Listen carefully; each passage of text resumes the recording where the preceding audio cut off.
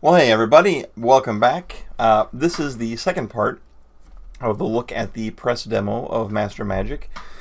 So this is from Muha Games. They did Thea 2, and I assume Thea 1. So a small team. I looked them up earlier today. Looks like there's only 5 people who work there. And they're very talented from what I'm seeing, especially the art. Man, I love the like hand-painted 2D art for the units and heroes. Okay, let's dig into this. So let's just load up my game here, and I'm going to pull up Shari, one of the preset wizards I have selected. I'd love to show off like custom creating your wizard. There's so many different like retorts, which are traits. You can pick from. You can select your many different factions to play as, and all these different spells and different combinations. It's really something else. So this is just a real quick look at the game. 100 turns because it flies by really fast. Okay. Now, last we played, I had nothing in my city. I have a settler going over here, and I got some High Elf swordsmen going off over here. I explained magic and how I'm pumping things up a little bit. I'm going to actually lower my research down and my casting skill. We'll put 1 in each just to kind of get things, just to keep things kind of moving a little bit. Let's keep that. Okay.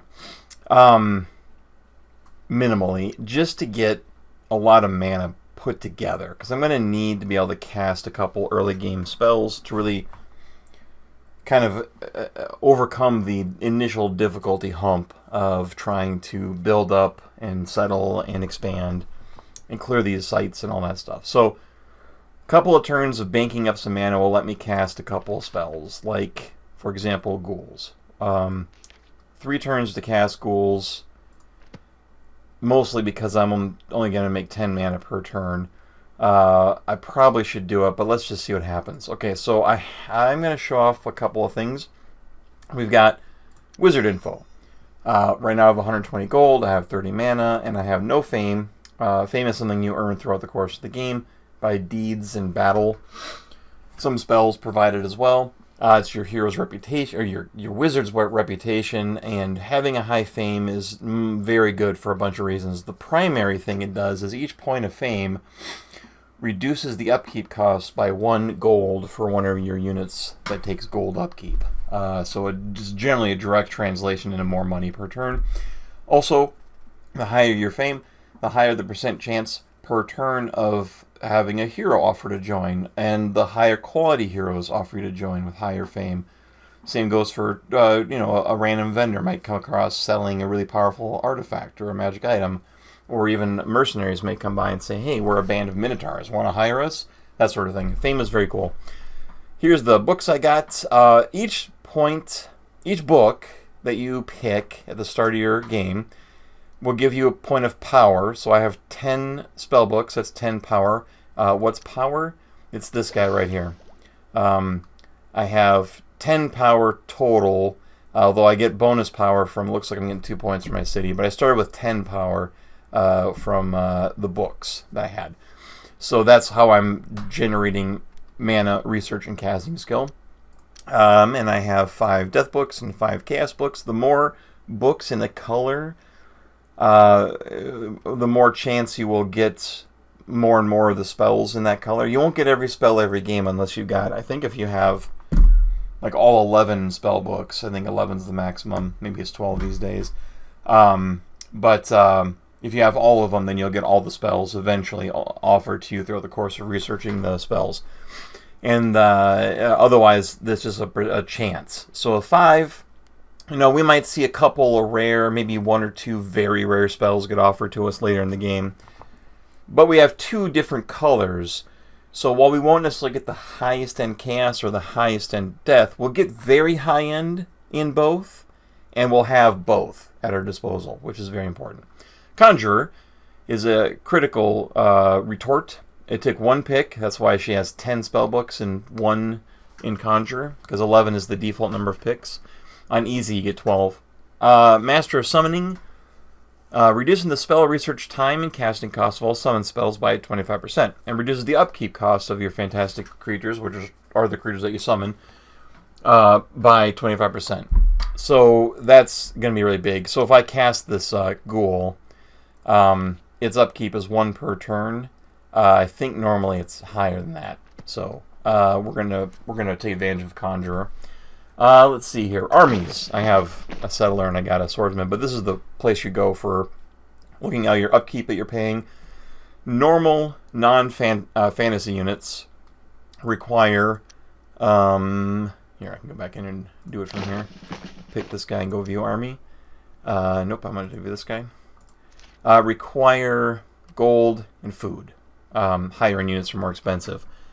Fantastic beasts, creatures that you summoned, require mana for upkeep.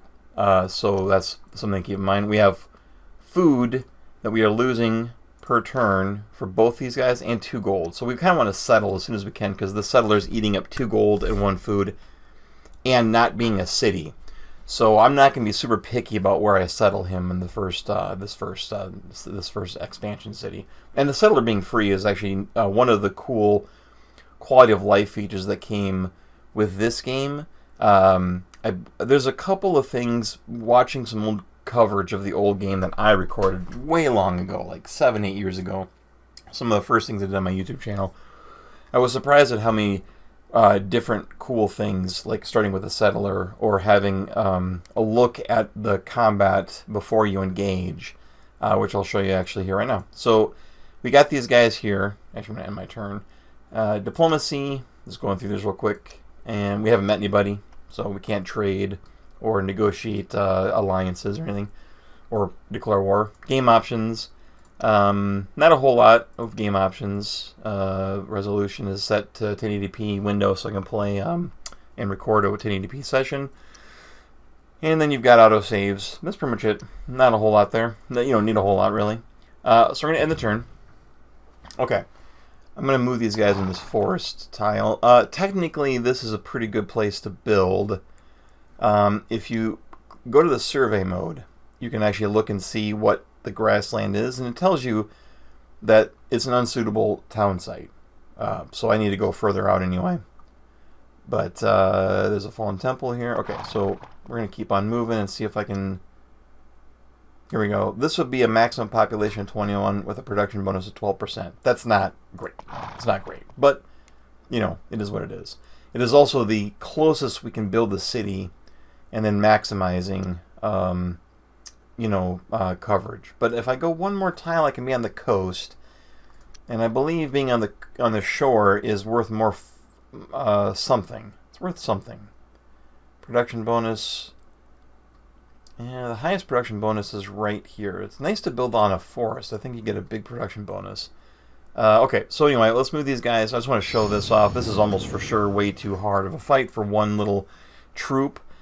But it's a nature node, so if we capture it, we're gonna generate extra mana once we merge a spirit with it. Spirits are something that everyone can start the game knowing how to summon.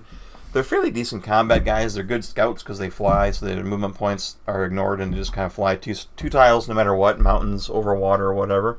Great scouts. But they merge with these nodes, excuse me, once you capture them. And then that allows you to generate whatever the mana that the game randomly assigned that node at game creation, in this case 6. 6 more mana per turn. You know, we're getting 12 right now. That's a huge jump, but it's unlikely. Yeah, I cannot handle a giant spider and 3 warbearers. And one thing that's cool, that's new to this version of the game. I was watching footage. It's possible this got added later. It's likely this came with the Caster of Magic, which is like a fan community project that really revamped and updated Master Magic for Windows.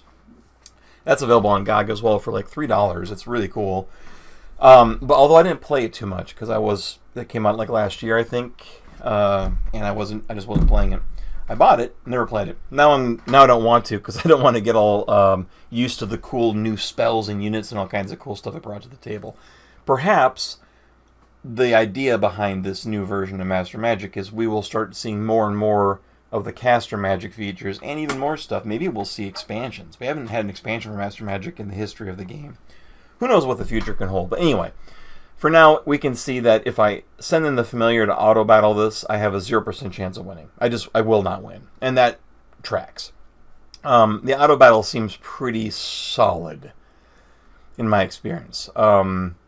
And normally you'll get like a little bit like a 10% chance of some small losses and a 30% chance of moderate losses and then maybe a 10% chance of total defeat. Like it's telling you what your outcome looks like, and it's a good indicator of your army's strength versus the defenders. And I think that's really helpful, especially when you're new to the game and don't really know what a warbear can do. But let's take a look at warbears because I kind of want to talk about combat anyway. So as you can see, every unit has beautiful art. Really, really cool looking. And I have a little familiar here, by the way. And this familiar is unique based on the colored spell books you pick. Because I've seen 3 now. I've seen an imp, I've seen a snake, and now this guy. Which seems to be maybe death magic? But I did half death and half chaos. And chaos is the imp. So I don't know. Probably just death magic. Okay. So what does these numbers and everything mean? Well, I'm going to... Let's do this. I'm not going to engage yet. Instead, I'm going to end the turn. What are you building? We're going to buy a swordsman. And we're going to... we're going to have a decent-sized army. We're going to summon us a ghoul. We're going to make a real go fight of taking that node. It'd be great if we could. It would be a real game changer. Okay, so if I build here, it's 9%, but it's the short... Oh, shoot. That's fine. Doesn't take an action point to build an outpost. All right.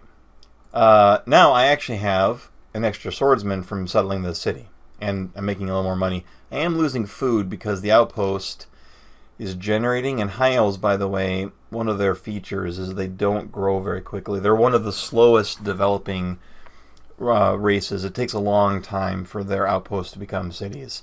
You want a lot of cities and you want to be able to grow quickly, you want to pick something like a halfling. Or beastmen, I think, are actually pretty fast about it. Some are better than others. Okay, so we got these guys here. I'm summoning this guy. Okay, so we're going to... Oops, yeah. So how do you fix not getting enough food? Well, you have to unfortunately take one of your workers, make them into farmers. That's going to make the building, how much building production you've got, drop drastically because each worker is, providing however many hammers. So we were getting 5 production and 6 out of 4 food, and now we're making 8 food, which is great, but we did lose some production. And what is production? Hammers. That's how many hammers per turn you make. So if I wanted to, for example, make another pair of settlers, it takes 90 hammers, and I'm making 3 per turn, so it's going to take 30 turns. Fairly straightforward. The thing about Master Magic is it's actually pretty simple in terms of comprehending it. Not a lot's going on. Cities produce food, they produce money, they produce mana. You want to get those numbers as high as you can. You want to expand. You want to build units, summon units, take out the stuff. But the nuance comes in how you go about that stuff, what spells you employ. Really, it's all about the spells and the units you decide to bring to the table. We're going to find out. Was this 2 more turns? Okay, so now I can end my turn. These guys, we're going to send them over here. It'll only take them a couple turns to get there, so we may as well do it. Oh, okay, so our familiar has come bearing gifts. This seems to happen at this time every game. So you can take a spirit, it's a free spirit, or if you go to choices, you can actually take 20 gold or 10 mana. The spirit is the best deal, so you want to take the spirit. I mean, it's going to save us having to cast it. And we got ghouls. Ghouls are very cool. We're going to look at the units and the stats here when I get into a fight. I just want to have like a decent army to show up, to really make a go of it. And I got a magic spirit and ghouls, and we're going to go ahead and send both here. So we're going to have a pretty decent little army. I don't know if we could reasonably take this fight. We're going to find out. By the way, once you've explored one of these areas, because you don't know what it is until you've walked into it to have your scouts report what's in there. And then you can use the surveyor mode to review it. You can also click on it. It won't work if you've never been in it, but if you've been in it, there you go. Okay, so let's. We're gonna save our mana because I do have a couple of nice combat spells. I believe, and I think casting some of those during the fight will be key to our victory. All right, let's get this guy in here.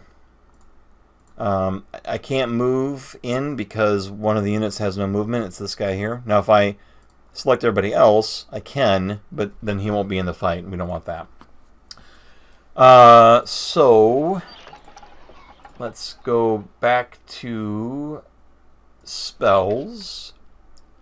Eldritch Weapon is a tempting thing to get. Another ghoul would be amazing. It would just kind of guarantee our victory, I think. But we can't do much. We're going to just end the turn. I do want to kind of lower this stuff back down. We're making 8 mana, so we can actually go to like something a little more balanced and still make a little mana, and then also still have research coming in. All right, looks like I just gained a population points down here. Which is nice because that gives us an extra unit. Unfortunately, we got rebels, so we're actually not gaining anything. We had to actually reduce. Automatically, it did this for us. I had to reduce workers into farmers, but I'm going to manually put it back in because I don't need bonus food. Although I do think each 2 surplus food is turned into 1 gold, so it is worthwhile to have extra food. That's more of a late game thing. We want to have some production. Want to get these settlers built as soon as I can. All right, here we go. We are going to. I'm just in the sake of not having to start a brand new game again. I'm going to save the game real quick. It's a real fast and easy process. We're going to pop in there. Okay, we're still going to lose, but we're going to command it personally, and we're going to give it a shot so you can kind of see how the combat looks. All right, here we go. Defender's good to go first. Spider's going to web. Here come the bears. In the overland map, left-clicking automatically ends the animation. That's not an option in combat for some reason, nor is it an option when the enemy is taking their turn on the overland map either. Hopefully an oversight. It'd be nice to have that ability. Okay, so if I left-click on these guys, we can look at them. They are webbed, which means they get -3 to their resistance and may be immobilized. Web and prevents flight. That's the turn. And can't fly. All right. What is all this meaning? What do we got here? Let's look at something a little more simple to start with, like the High Elf Swordsman. Pretty basic unit. It's got 3 attack. Has no range. 2 points of armor. 6 points of resistance. And there's 6 figures, each with 1 hit point in this unit. So how this works is, again, just like anything else in Master Magic, it's pretty simple, but it's also at the same time complex. This melee, every one of these numbers you see here applies per figure. So melee attack 3. That's 3 chances to score a hit times 6 figures. That means when this guy attacks this troop, it's going to make 18 separate 1d10 rolls behind the scenes. Normally, a melee attack has a chance to hit a 30%. On a roll of an 8, 9, or 10, score a hit. So if you have 18 attacks, you're going to hit with, 3 of them, 4 of them, something like that, 5 of them. Depends on how lucky you get. Now, High Elves inherently have +1 to hit, so that actually only needs to be a 7, 8, 9, or 10. So the High Elf Swordsmen that we have here are more likely to score hits. Then, the enemy, let's say we attack bears, the enemy is going to then have a chance to reduce the hits you scored with armor. 30% chance. So they're going to roll a die. So let's say swordsmen attack bears. They roll their 18 attacks. they get 7 hits. The bears are going to be able to defend up to 5 of that. So they might only take 2 damage. They might take all 5 damage. Depends on how good they roll. Odds are they're going to roll some of these armors popping up, and it's going to probably, let's say they take 3 damage total. That's 8 hit points per figure. So that's going to be not much. It's not much. The swordsmen are not going to do a lot, even though there's 8 of them, and there's only 2 bears. Then the bears, at the same exact time, will make 9 attacks times 2, 18, back to these poor swordsmen, who have 2 shields per figure. Now, how it works is, with figures, let's say the bears make an attack. They have 18 attacks. Let's say they do 10 damage. I mean, that's kind of high. That's a pretty good roll. 10. Each figure has 2 shields. So the first figure is going to roll 2 and reduce the damage. Let's say he gets lucky as hell and reduces the damage from 10 to 8. He still takes 8 damage. Guess what, though? He can only take 1 and then dies. And then the next guy in the figure has 7 more damage coming his way. And 2 of it he might negate, but probably won't negate both, or even any. He'll die. And then you rinse and repeat until you're out of damage dice to defend against. So the net result is if these swordsmen attack one of these bears, they'll deal their damage simultaneously, so they'll get a chance to roll all their attack dice. And they'll roll all their defense dice against the bear's attack, but the bears are going to kill them. It's not even going to be close. And then you also have things like the fact that because they're in their own node, nature node, they get +2 melee attack, +2 armor, and +2 resistance. By the resistance is sort of like the same thing as armor, but it's a chance to resist spells, which means if I cast a spell like weakness or black sleep or some other debuff, these bears have an 80% chance to just shrug it off. Bears are actually pretty badass. So, now let's look at our ghouls, though, because our ghouls are no slouches. We just summoned them. What can they do? Well, there's 4 figures, and they do 4 attack, and they also have +1 to hit. So they've got a pretty solid 16 attack. And they have 3 armor. They're immune to cold, they're immune to poison, they're immune to illusions. You can't fool them with, like, Phantasm Warriors. They poison, which means poison attacks force the defending unit to resist for each point of poison damage, which means poison 4, because there's 4 figures. So 4 extra damage against resistance. All these things are happening simultaneously and behind the scenes. There is a combat log, but it doesn't give you much information. So now we know what's going to kind of happen. We're going to lose. But I'm going to go ahead and put it on 2x speed and auto combat. I tried casting a spell, but the node counter spell that, this was always going to go poorly for us. But I thought we'd have a chance. Okay, let's take a look at what happened here. So these bears attacked and did 4 damage. Let's see. And then the High Elves, 5 damage, 3 of which was resisted. Killing 3 figures, though, because they only have 1 hit point each. So the bears attacked, got 5 hits. The elves resisted 3 of those, or 2 of those hits, and took 3 damage total, which killed 3 of the figures. And then they, in return, did 9 back. Probably a lot of that was owing to the fact they have +1 to hit.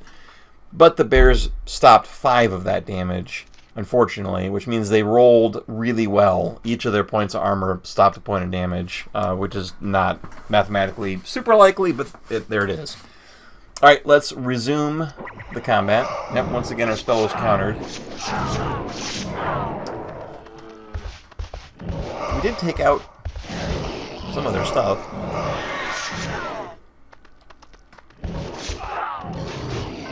Yeah. No, we didn't, I guess. Yeah. So, and we lost a point of fame. We lost all of our guys. We lost 20 mana. That's not necessarily a great start. Thankfully, you can't go below 0 fames. We didn't really lose anything there. But I am going to load this game up again because that's how you make this game a little easier in the early game, is the spell of rewind. It was actually in the tips, in the tooltip. It said, if you're in trouble, cast the spell of rewind, which is the load game button. Okay. All right. Now, we can't fight that, but there are several other little areas around us we should be exploring. So let's explore them. Maybe we'll have a better chance to... Oh, this place is abandoned and had nothing in it, except for gold. 60 gold. Very nice. That's very, very handy early in the game. Alright, so all we're going to do is just sort of let things progress and explore for a little bit. Not much more we can do. Try and capture as many of these early game freebies as we can. Alright, so one Hellhound. We're probably going to win. We're probably going to win. We might lose someone. We might. I'm gonna just fight this personally. I'm not actually as good at the combat as the auto resolve, I've noticed. But one Hellhound should be pretty easy to fight. But I do want to look at the Hellhound stats to kind of like just sort of give you an idea of how to evaluate.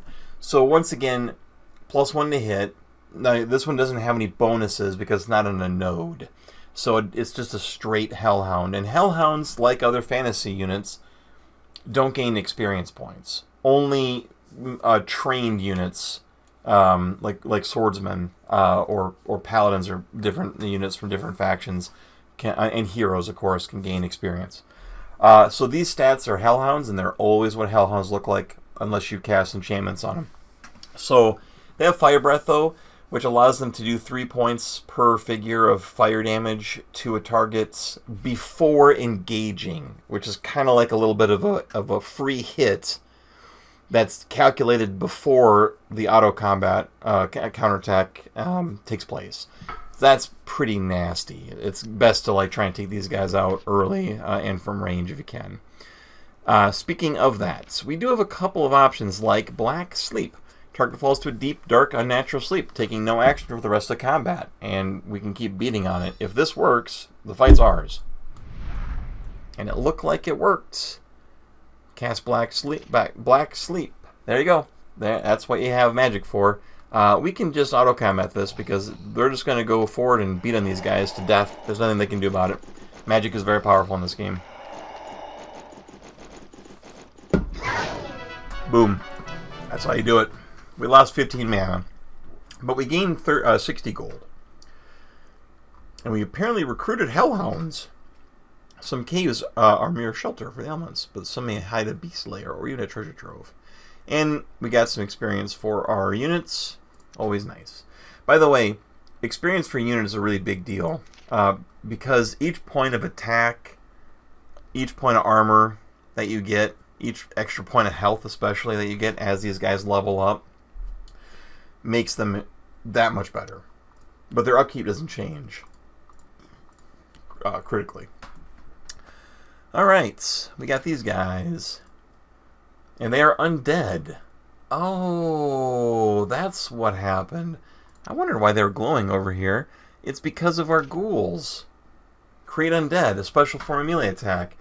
If the battle was won, any enemy unit killed mostly or entirely by damage dealt from Create Undead, Lifesteal, or Life Drain becomes undead, returns to serve the opposing side. Now we've got an undead Hellhound. This is the kind of subtle complexity I was talking about. The game is fairly straightforward and simple in terms of numbers and how they work, but at the same time clever in the implementation and has huge, wide reserves of interesting things that can happen.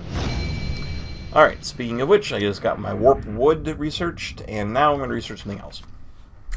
Dark Rituals is pretty cool.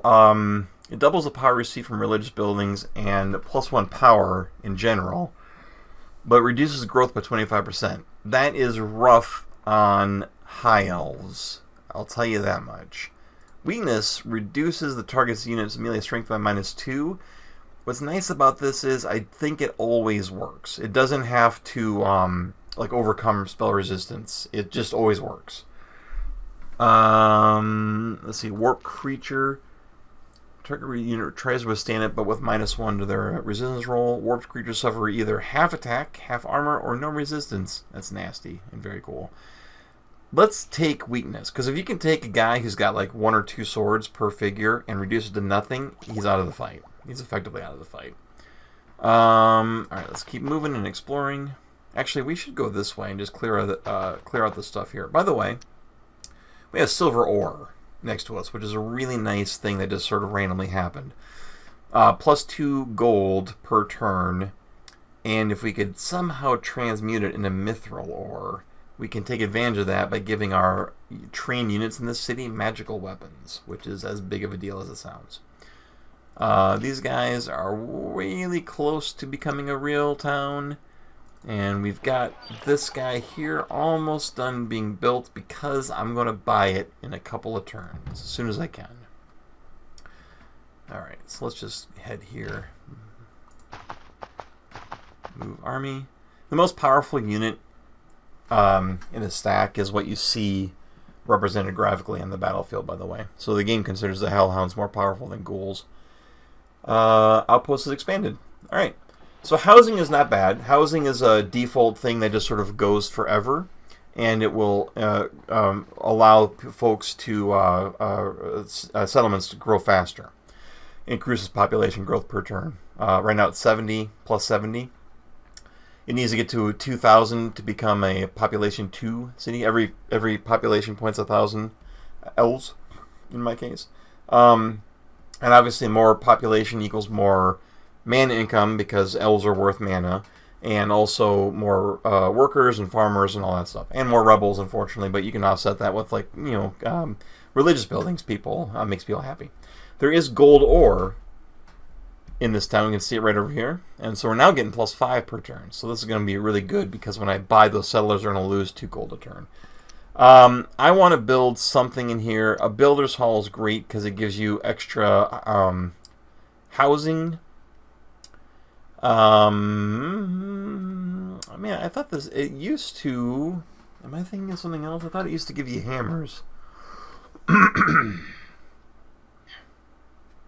unlocks libraries and shrines and granaries, and you do need all those things. Adds 50% to housing. Well, we want it. We definitely want it. Okay. So let's end the turn. Okay. Let's see what this costs now. 189. Probably next turn I can do it. Let's see what's in here.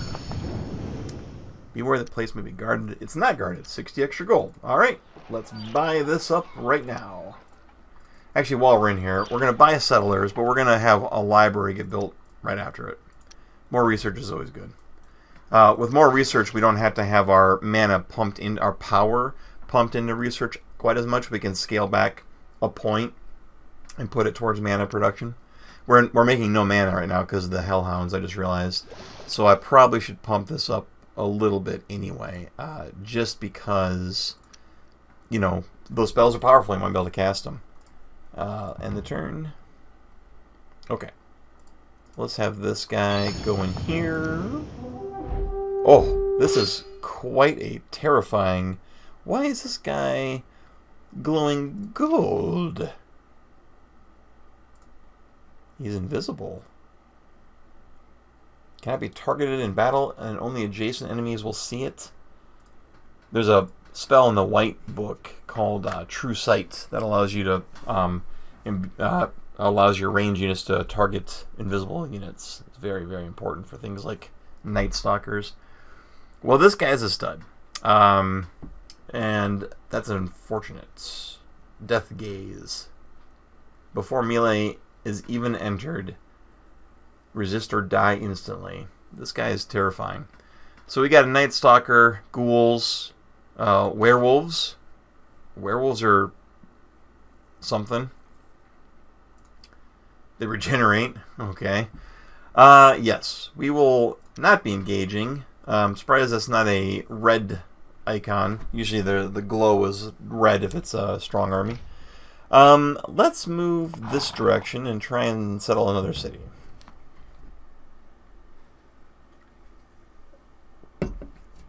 What's this here? Night Elf settlers. Because I'm seeing gold right here, and I'd like to... God dang it. I mean to move those guys over there. And I would like to take advantage of that if I can get a city built within range of the gold. I may not be able to. Let's see if I can over here. No.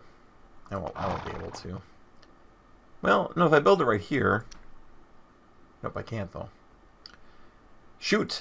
This gold will forever haunt me. Let's see. So we got this Fallen Temple. They are ghouls, and that's not ideal. I could spend a bunch of mana, and probably... Well, I definitely will win. I just may lose a guy or two. And I won't get anything back, because I can't raise ghouls to fight for me like I could the Hellhounds. I don't think it's worth the risk yet. Let's see what else we got, and I can always... I mean, I should be building more troops here pretty soon. In fact, this library... I thought that was... Oh, no, the library is going to take a lot longer. It said 1 because I had poured all that money into the settlers. Now, these guys could build another unit. Like swordsmen. I need to get my infrastructure in place. This army is going to have to do for a little while. Plus, I want to save some money.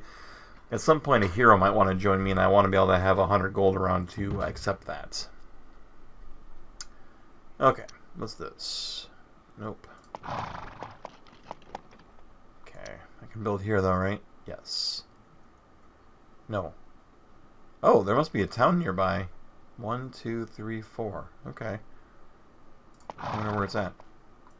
I should have my army head up that direction and try and take that town. If there's a neutral town nearby, I want to capture it. That's what they're for. Alright, let's explore. What do we got here? Wild game, extra food. There's a town within 4 tiles of there. Okay. Crossing the river, I think, ended up all my magic. Or all my movement. Let's go here.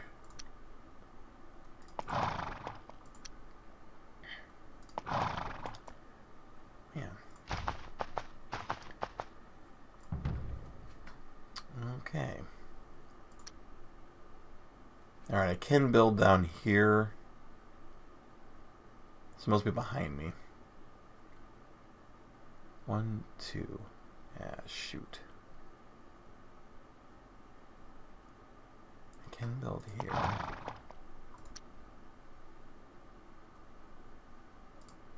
guess we're gonna build right here. Oh my gosh, look how close we were to grabbing silver and gold. Man. Alright, let's explore and find out where these other towns are, if there's more than one of them. Let's have you defend. I guess we'll walk in here and see what's in here. Fallen temples. Whoa. More night stalkers and zombies. No, thank you. Okay.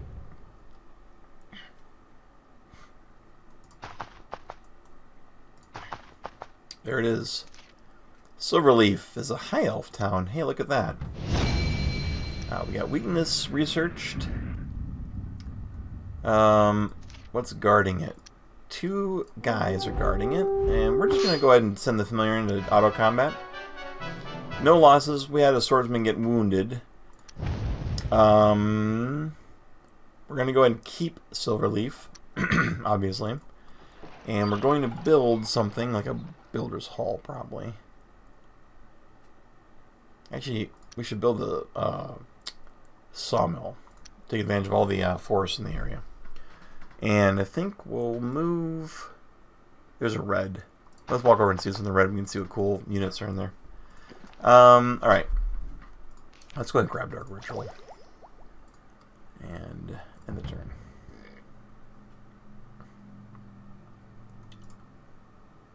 Turn 23. Alright, what is in here? Night Stalkers and Shadow Demons.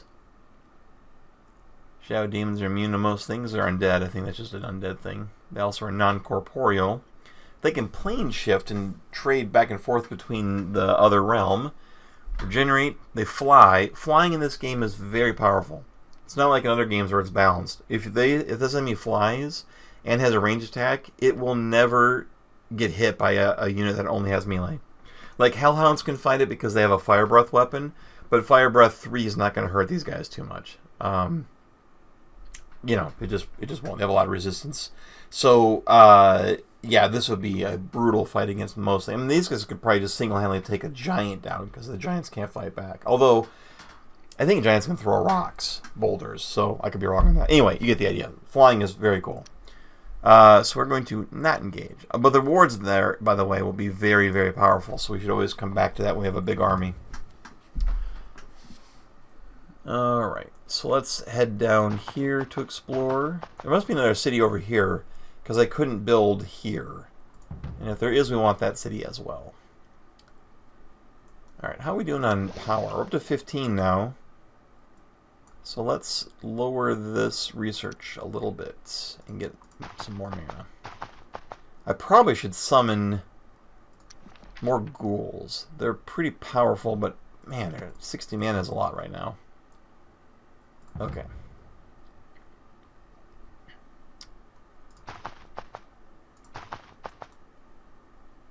Alright, we got our outpost expanded. We'll build a sawmill.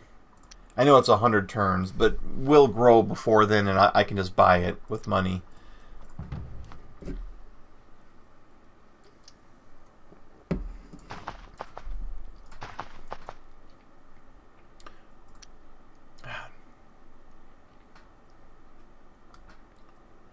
One, two, three, 4. Yeah, there's something else over here.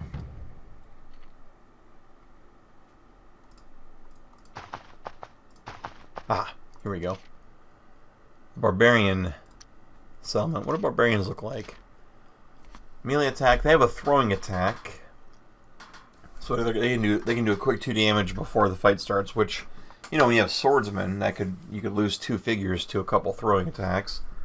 They have bonus to their melee attack. These gold symbols, I guess I didn't mention, but they are bonuses, and you can see they're bonuses because these guys are actually regular troops. They've gained a rank and have +1 attack and range attack if they had it. They don't, and +1 their resistance.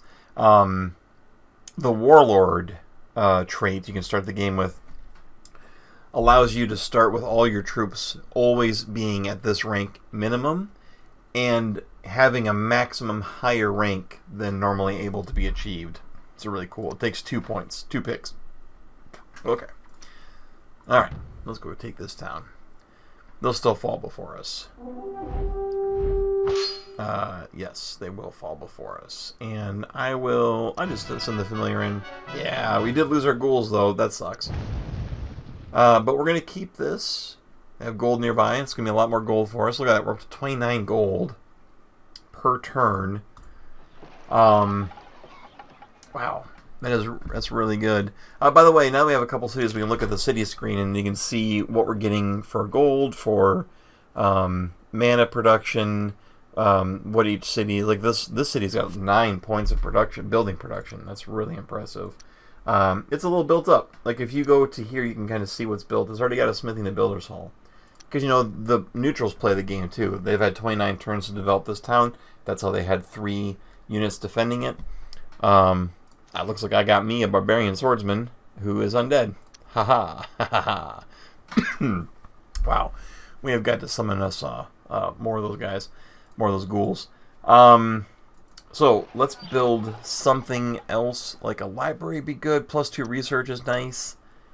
Because with +2 research, I can just lower this down, 2 points if I wanted to and still be where I was, or just enjoy the extra research.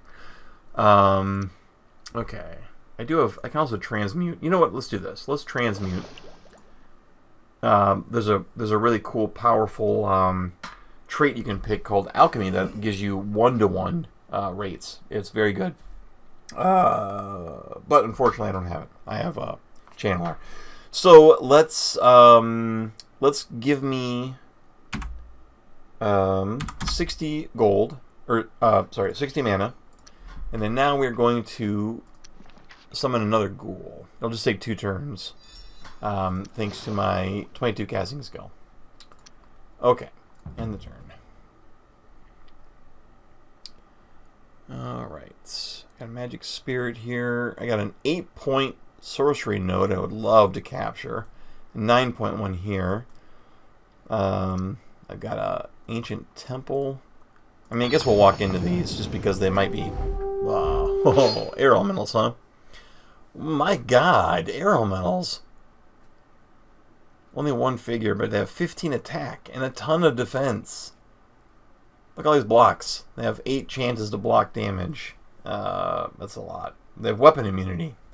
So unless you have magic weapons, you can't even hurt them. They have stony. They're invisible. And they fly, of course. Okay, but they do have to get in melee range to attack, so you can counterattack. Well, obviously we're not going to fight these guys. So that's that. All right. Well, I'll tell you what. I think that's a lot of information.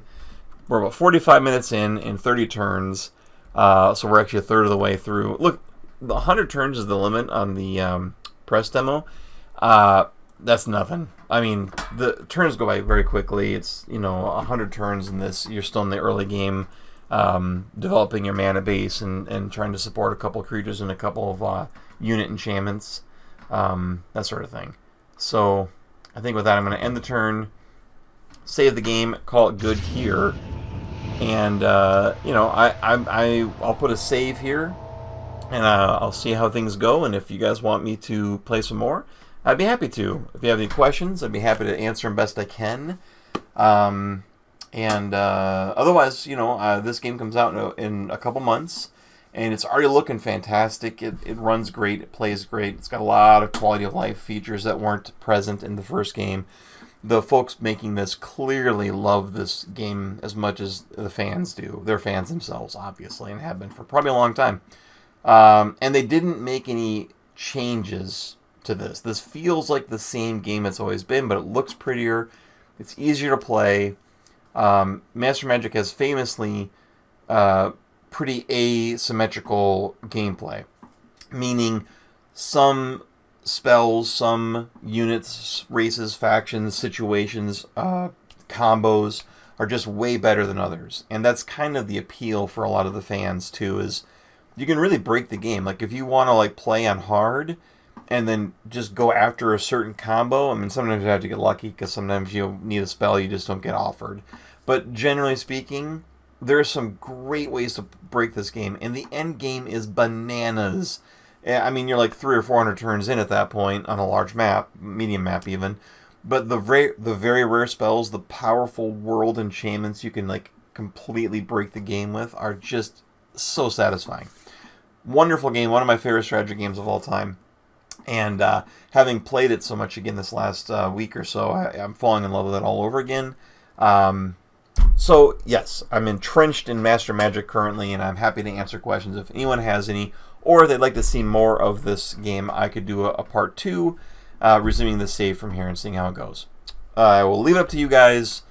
You are the ones who pay for the content. It's free content. Just enjoy it.